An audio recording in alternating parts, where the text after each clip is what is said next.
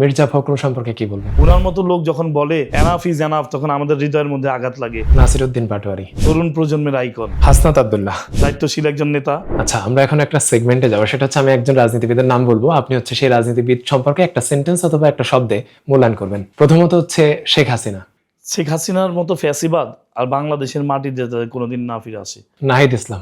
Nahid Islam obviously আমাদের পার্টির chairman. এই নাহিদ ইসলামদের নেতৃত্বে কিন্তু এগিয়ে এসেছিল এবং ফ্যাসিবাদের পতন করতে সক্ষম হয়েছে। মির্জা ফখরুল সম্পর্কে কি বলবেন? উনি অনেক কষ্ট করেছেন, এই বৃদ্ধ বয়সেও জেল জুলুম নির্যাতনের শিকার হয়েছেন।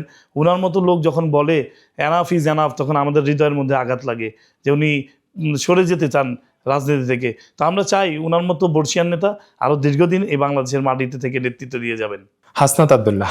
তো দেখতেই পাচ্ছেন আপনারা সংসদে যেভাবে ভূমিকা পালন করে যাচ্ছে দেশ গড়ার কাজে, ফ্যাসিবাদ বিরোধী আন্দোলনে সবচেয়ে গুরুত্বপূর্ণ ভূমিকা পালন করেছে। দায়িত্বশীল একজন নেতা এবং পার্টিটাকে সুসংগঠিত করার জন্য এনসিপিকে নেতৃত্ব দিয়ে যাচ্ছেন।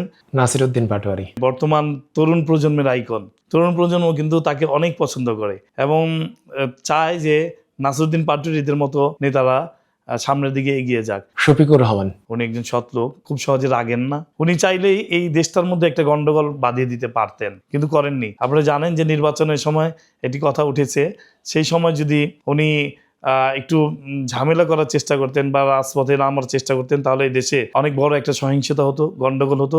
সেই গন্ডগোল এবং সহিংসতা এড়িয়ে উনি বিরোধী দলে অবস্থান নিয়ে। আপনি কি নির্বাচনের ফলাফলের কথা বলছেন? অবশ্যই নির্বাচনের ফলাফলের কথা বলছি।